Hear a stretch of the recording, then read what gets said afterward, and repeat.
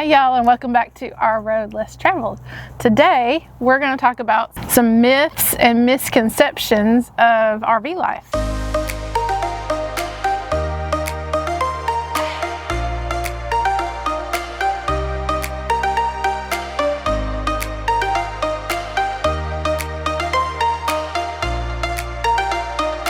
The first thing that most people think about RV life that isn't necessarily true, and we've talked about this before, is the cost associated. So a lot of people think that it's cheaper to live in an RV than it is to live in a house, and it can be.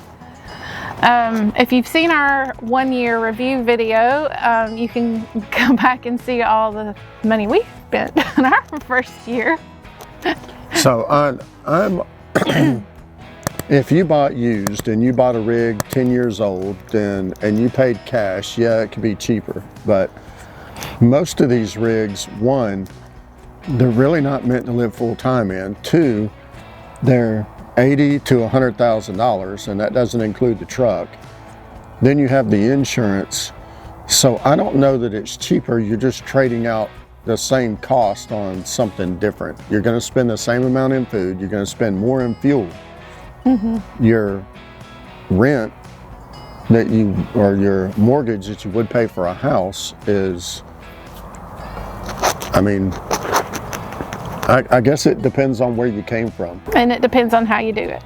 So for us, in our house, we almost had the thing paid off, and our interest rate was very low. We put a large down payment down.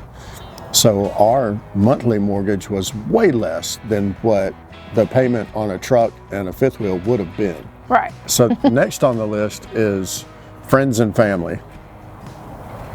And I think we've covered this before in the past too. If you're a hermit and you don't ever come out of your fifth wheel, yeah, it's going to be hard for you to make friends, on the road.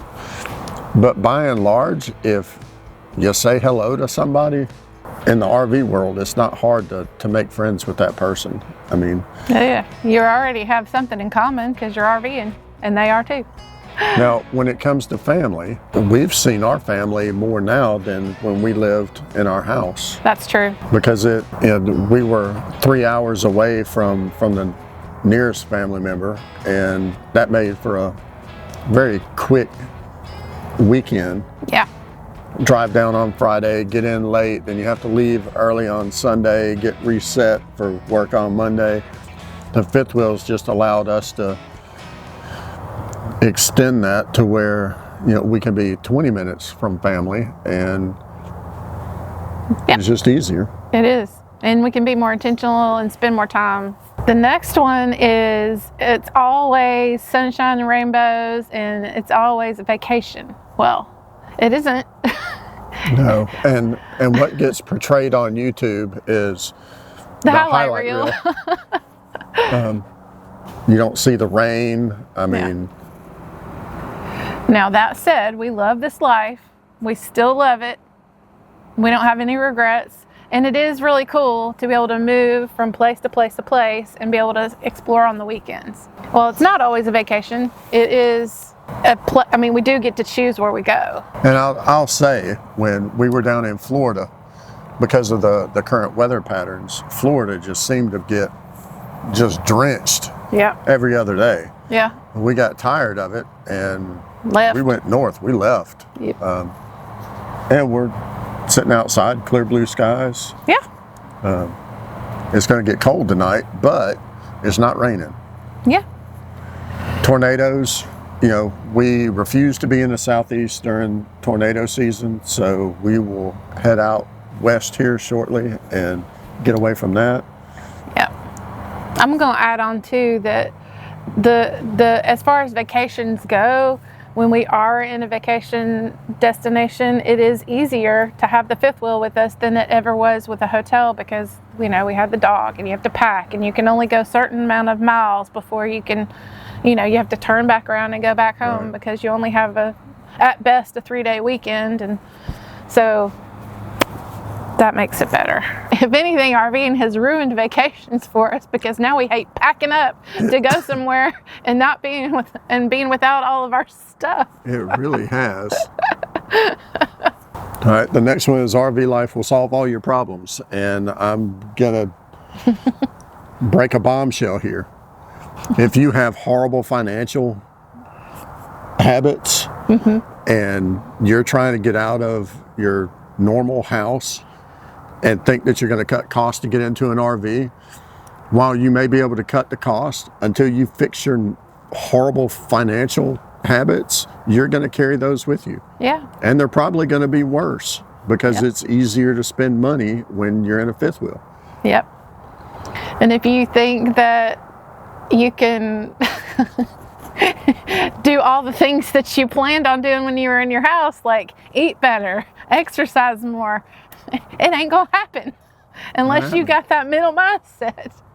All the problems that you had before are just going to come with you. So don't think that RVing is going to solve all your problems. I like to say that the RV is a force multiplier, because you're going to take your problems that were in a house that were 10 times the size of an RV, and you're going to compact them inside a little space, and you're going to feel them a lot more. Yep. Another myth and misconception is that you have to plan things months in advance, make all these reservations, and from our experience, whenever we've done that, it ends up just backfiring and we end up having to cancel, which is like a domino effect of all these plans. So we kind of like to fly by the seat of our pants if we haven't mentioned it before. Florida is the only exception to that. If you want to go to Florida, you had better plan 6 months to a year in advance. Especially really during the winter, because people come from up north and they pack out Florida. Florida's population has to double during the winter. I think it probably more than doubles. Oh, and I'll add around national parks and state parks. Those you need to plan for. Right. State parks, national parks, and everything in Florida. Yeah, especially the national parks that have the timed entry. The next one is RV is only for when you're retired. Yeah. And I don't think that's true. We're not retired. No, we both still work. Yep. Now, you do meet a lot of retired people. Yes. But we've also met just as many people that still work full time. Yeah, I guess so. I mean, in one fashion or another, even if they just work for themselves, they're still working. Another one is, and this is one that we probably did when we first got our RV. We thought we needed to see as much as we could, as soon as we could. Well, if you're full time, you don't have to do all the things the first year. Right. You know, what we've found is, instead of going to see a thing, we go to see an area. Yeah. And then we can stay in that area until we've finished, or feel like we're finished with it, we move on. Yeah. The problem is we both have ADD, and that usually happens every 7 to 10 days. Yeah. Again, RVing won't solve all your problems. No. My favorite one, you can't use home toilet paper in your black tank. Categorically false. Here's the key, guys. If you look at your toilet at home, that thing is, I guarantee you, it's a 1.3 or 1.6 gallon toilet. It uses that much water per flush. So if you're using at least a gallon for every flush that you do in your black tank, you will have enough water to get all of that stuff out of your black tank. If you don't use water, you are going to run into problems. So quit skimping on the water, put 1.5 gallons in the toilet, Do your business and then... do your business, and then flush it, dump it, 5-6 days later, whenever, your tank gets full. But we have always used home toilet paper in our black tanks, and we have never even come close to having a clog. Right. Water. The other thing that we have done is we have taken a break from using our toilet tank treatment, and we have switched over to the clean tank treatment, which is any form of Calgon bath salts. You can find this in the Walmart area over by the makeup. So we buy 3 or 4 cartons of that, and then we pour it all into a Ziploc bag. We put a 1/4 scooper in it, and then We have a big jug of Pine Sol, again, that we buy from Walmart, and mix that into a half-gallon jug, and we keep it underneath the bathroom sink by the toilet. By my estimates, what we pay for those and mixing it up, our toilet treatments are 37 cents per treatment. That's not bad. Not bad at all. Considering a half gallon of other treatments can sometimes cost you $8, $9. So yeah, some of them are like 20. yeah, Calgon's $3.99 and the Pine Sol's $4. I mean, yeah. And that's from somebody who cleans tanks for a living. yeah, look up Clean Tank with a K. Yeah. Travel days.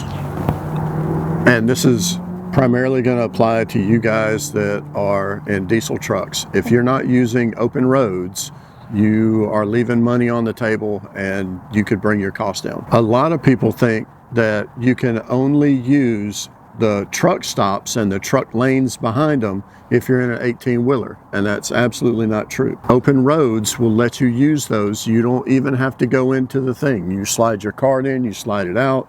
There's no fee to get the card. And they give you an app that shows you what the pump price is and what your purchase price is. We typically save, in the Southeast, the savings not incredible, but we're usually between 10 and 15%. When we get out to the West, we've saved $1 a gallon before. Yeah. It's substantial. This year we're going to pick up mud flap to kind of supplement that for, like, in the area we're in now, there aren't any, there's several open roads, they're just not close enough. So we're going to try mud flap out and see how that works. The other thing is, and I can't stress this enough, if you're in a diesel truck, you want to go to a diesel station that turns their diesel fuel over quickly. You don't want to use a mom and pop diesel place that only gets their diesel delivered every 2 months, because it gets water in it, it gets other stuff in it, it'll mess up your DPF. You know, it can cause a lot of issues. So you want to go to a place that turns over a lot of diesel fuel. Yeah. And make sure that you fill up before you hook up. Yeah. Because we were, first time ever, the last time we traveled, we ran into this issue. What happened? We forgot to fill the truck up the night before we left, so now we're having to change our path to hit a filling station that we can get the truck and the fifth wheel in, and we've got a range of 48 miles and a distance of 14 to the truck stop. Another one is internet. And so a lot of people think that if the campground has internet, you're good. But most campgrounds, I mean, this one that we're at right now is probably the only one that we've had reliable internet ever in the 2 years that we've been doing this. So especially if you're working remotely, you may have to rely on your cell phone too, but we carry multiple internets, as we talked about before. We have 2 different cell phone plans, and then we have a home plan that's a different cell phone, and then we also have Starlink. So for those of you that don't know, we use T-Mobile Home Internet, Verizon Home Internet. I left my cell phone on AT&T that we have, I don't know how many gigs of hotspot data there, and then Maria is on Verizon, and we can use hers as a hotspot if... But we don't need to anymore since we have the home internet. Right. Then we have Starlink. Yeah. All right, so the one that everybody always wants to know about, and they want to know about maintenance. Yeah. Well, you can get into RV life if you're not handy, but it's not recommended. Like, you kind of need to know how to fix stuff, because stuff's going to break. It's not really that.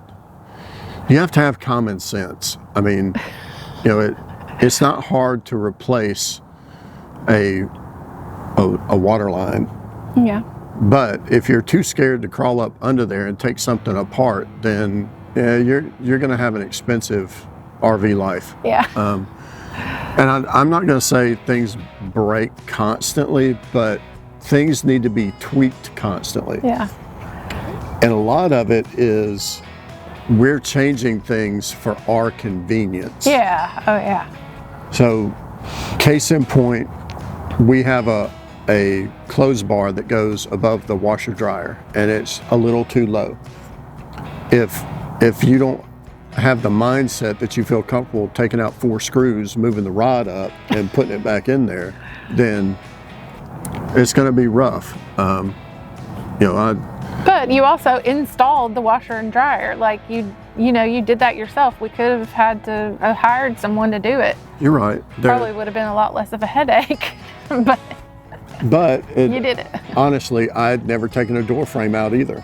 Sure. It's just I had the self-confidence. Not really the self-confidence. I'm too damn cheap to pay somebody to come out and do it.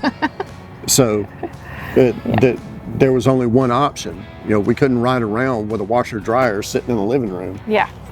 And it wasn't fitting through the door. Take the door out. Right. I mean, worst case, we lost the door and had to throw it away. All right, and last but not least, the one myth, and we have been, I think sometimes people feel sorry for us because they think that, I know on our 1-year video at least, a lot of people came after us and said, well, if you're complaining so much about the money you spent, you shouldn't be homeless and living off the government, blah, blah, blah. Well, one, we chose this. We're happy.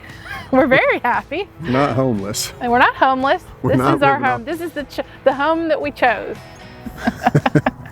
And neither one of us have ever drawn a penny from unemployment. No. We have always worked, and we still work to this day. Yes. So that wraps up this week's video on the myths and misconceptions of RV life. And we'll see you next week. Bye. Bye. It's dark. Yeah. Because you fiddly farted around.